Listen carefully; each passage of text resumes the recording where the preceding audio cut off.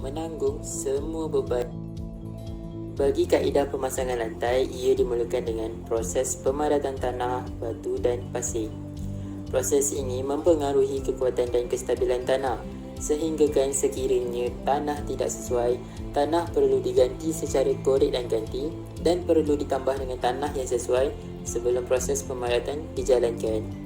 Proses ini termasuklah proses pemasangan rasuk tanah, pemadatan tanah, ruang bilik air, lapisan asas krasheran dan juga lapisan pasir setebal 50 mm dipadatkan menggunakan jentera pemberat jenis roller. Seterusnya ialah penyemburan anti-termite. Penyemburan ini bertujuan untuk mengelakkan serangga seperti anai-anai daripada menyerang bangunan. Pemasangan lantai diteruskan pula dengan pemasangan kalis lembab. Pemasangan kalis lembab ini bertujuan untuk mengelakkan kemasukan air pada kemasan lantai dan diteruskan juga dengan sambungan pengembangan. Sambungan ini merupakan satu kaedah bagi mencegah keretakan pada permukaan lantai yang disebabkan oleh perubahan cuaca. Setelah itu, pemasangan tertulang BRC dilakukan. Pemasangan ini bertujuan untuk menyokong struktur lantai supaya tidak berlaku kecacatan.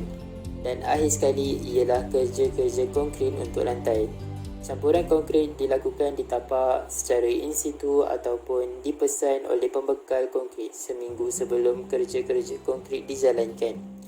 Konkrit juga boleh diratakan dengan menggunakan cangkul, kayu rata atau alat penggetah supaya ruang dipenuhi dengan elok dan sekata. Untuk lantai kami, kemasan yang digunakan adalah jubin kerana ia mempunyai sifat yang keras, tahan lasak dan juga yang penting sekali ialah ia merupakan satu bahan kalis air yang baik.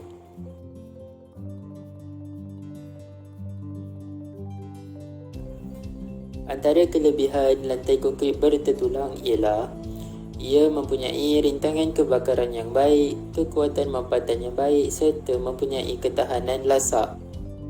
Kesemua kelebihan ini sudah semestinya dapat menjamin keselamatan penghuni dan juga dapat membuktikan bahawa lantai konkrit bertertulang merupakan salah satu elemen lantai yang terbaik dan paling selamat digunakan dalam pembinaan.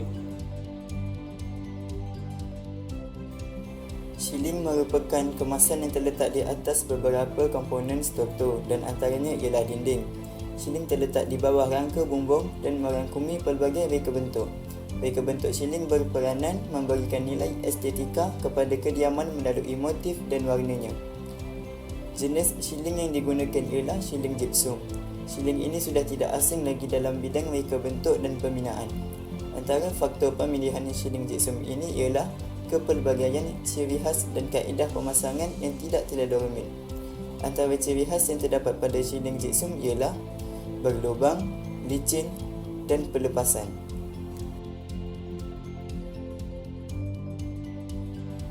Kaedah pemasangan shielding gypsum. Peralatan yang digunakan ialah perforator, pemutar skru, langkah pita, tahap hidrolik, tukul, penggiling dan Bulgaria. Langkah pertama ialah tuangkan cecair ke dalam acuan lalu tuangkannya ke dalam bekas untuk proses plaster. Biarkan selama beberapa minit. Langkah kedua, semasa menuang plaster, biarkan beberapa ruang untuk memastikan tiada kehadiran gelembung udara. Langkah ketiga, selepas beberapa minit, plaster sedia untuk dikeluarkan. Putarkan dan terbalikkan kotak. Bermula dari pusat, secara beransur-ansur keluarkan acuan silikon. Langkah terakhir, plaster yang sudah siap atau dikenali sebagai stuko dipasang dan diletakkan pada permukaan shielding yang rata mengikut corak yang telah ditanda. Kelebihan shielding gypsum. Pertama, bintangan kelembapan yang baik. Berbanding penutup shielding konvensional, shielding gypsum dapat menahan sebarang kelembapan. Seterusnya, bintangan haba yang baik, bintangan kebakaran yang baik, penyerap bunyi yang baik. Shielding gypsum dengan permukaan berlubang adalah yang terbaik untuk memperoleh bilik yang senyap. Seterusnya, mudah direka bentuk mengikut kesesuaian pilihan. Mesra alam sekitar kerana gypsum adalah bahan semula jadi yang tidak berbahaya kepada kesihatan. Seterusnya, ketahanan bahan yang tahan lama dan tidak ada sekatan pada jangka hayat. Pemasangan yang mudah, sifat reflektif oleh kerana permukaan langit-langit mencerminkan cahaya yang baik, biliknya kelihatan lebih luas. Bismillahirrahmanirrahim. Assalamualaikum warahmatullahi wabarakatuh. Nama saya Muhammad Ilman Hafiz bin Zamri dan dalam bahagian ni saya akan terangkan tentang tiang dan rasut. Jadi untuk pengenalan, tiang dan rasut merupakan sebahagian daripada komponen-komponen struktur sebagai anggota yang dipasang antara satu sama lain dengan penyambungan yang sesuai dan selamat bagi menghasilkan satu kerangka yang berupaya untuk menanggung beban yang dijangkakan. Jadi tiang ataupun kolom ini merupakan struktur penting dalam kerangka bangunan dan bertujuan supaya dapat mengalirkan beban daripada bumbung, lantai dan juga rasut ke struktur asas. Ia juga perlu direka bentuk dengan teliti kerana ia menanggung beban mampatan daripada bangunan, sama ada beban hidup ataupun beban mati. Okey, apa yang kita dapat lihat dalam gambar sebelah ni adalah gambar kerata rentas dalam sebuah tiang. Dalam tiang ni kita mempunyai 6 bar tulang yang diikat dengan binder supaya kedudukan bar keluli itu dapat dikekalkan pada tempatnya sebelum kita tuangkan simen konkrit untuk menghasilkan tiang. Seterusnya adalah pemilihan tiang. Jadi kami bersepakat untuk memilih tiang konkrit bertertulang atas 5 faktor, iaitu faktor ketahanan, faktor kos, faktor kekuatan, faktor variasi dan juga faktor mudah dipasang. Dari segi ketahanan, tiang konkrit bertertulang ini mempunyai hayat perkhidmatan yang sangat panjang dan dijamin bertahan selama beberapa dekad. Dan kekuatan pula, sokongan yang diperbuat daripada tiang konkrit bertertulang ini adalah berkekuatan tinggi dan kekuatannya lebih kurang sama dengan tiang keluli. Daripada segi kos pula, ia adalah lebih murah berbanding tiang kayu dan juga tiang keluli. Seperti mana kita tahu, harga kayu dan juga harga besi sekarang ni sangatlah tinggi berbanding daripada harga batu, pasir dan juga bar keluli untuk membuat tiang konkrit bertertulang. Daripada segi variasi pula, kita dapat lihat tiang ini kita mempunyai banyak jenis variasi. Kita boleh buat dalam bentuk silinder, kita boleh buat dalam bentuk empat segi dan macam-macam lagi bentuk, dan ia memudahkan untuk proses pemasangan. Terdapat beberapa jenis tiang yang digunakan untuk mendirikan rumah kami. Antaranya adalah jenis tiang dirembat, jenis tiang tidak dirembat, tiang pendek dan juga tiang langsing. Tiang jenis dirembat digunakan pada rumah untuk menanggung beban mendatarnya dan ianya ditanggung oleh dinding licin ataupun lain-lain bentuk rembatan. Seterusnya, tiang tidak dirembat. Ia digunakan untuk kerangka tegar di mana beban mendatar ditanggung secara lenturan oleh rasut dan juga tiang. Penggunaan tiang langsing pula adalah bagi mengambil kira momen yang disebabkan oleh pesongan akibat lendingan. Selepas lantai konkrit siap, maka tiang rumah perlu didirikan. Proses membuat tiang bermula dengan pemotongan besi mengikut lukisan jurutera. Dalam pembinaan tiang ini terdapat beberapa peringkat, iaitu penandaan lokasi tiang, kerja-kerja besi untuk tiang, membina kotak bentuk dan yang terakhir adalah menjalankan kerja-kerja konkrit. Yang pertama, penandaan lokasi tiang. Sebelum pemasangan tiang dijalankan, kedudukan tiang hendaklah dikenal pasti mengikut lukisan pembinaan. Kedudukan tiang ini biasanya dikenal pasti menggunakan marking di atas lantai. Yang kedua, kerja-kerja besi untuk tiang.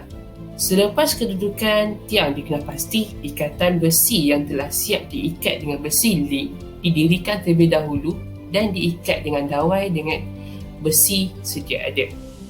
Seterusnya, membina kotak bentuk.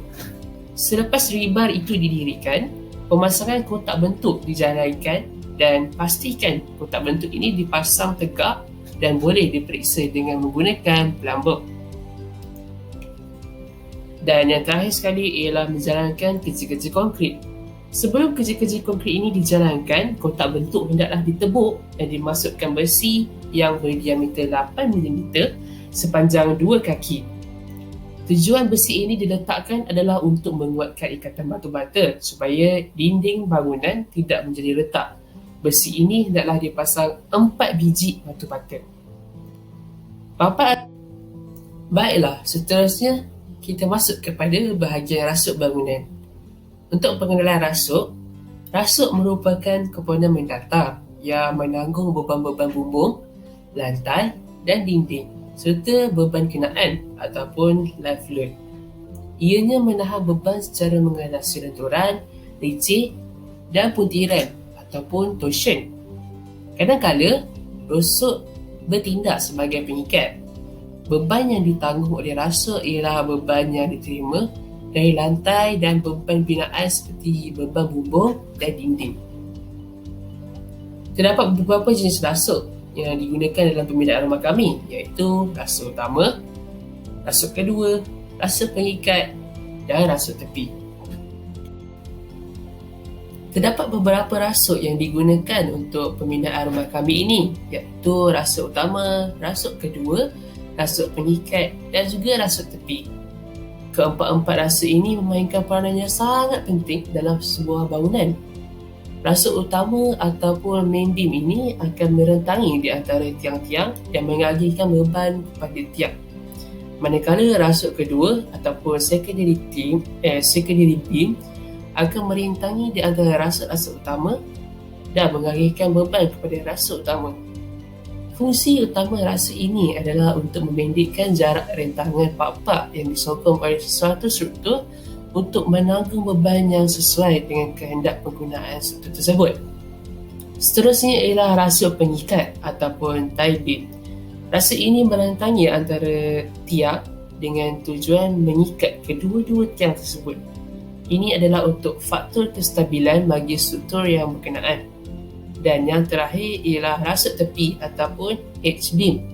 Ia berfungsi sebagai rasuk pengikat yang merintangi di antara tiang-tiang di sebelah luar. Rasuk tepi ini pula terdapat 4 jenis, iaitu rasuk tumpang mudah, rasuk selanjar, rasuk julur dan juga rasuk kerangka.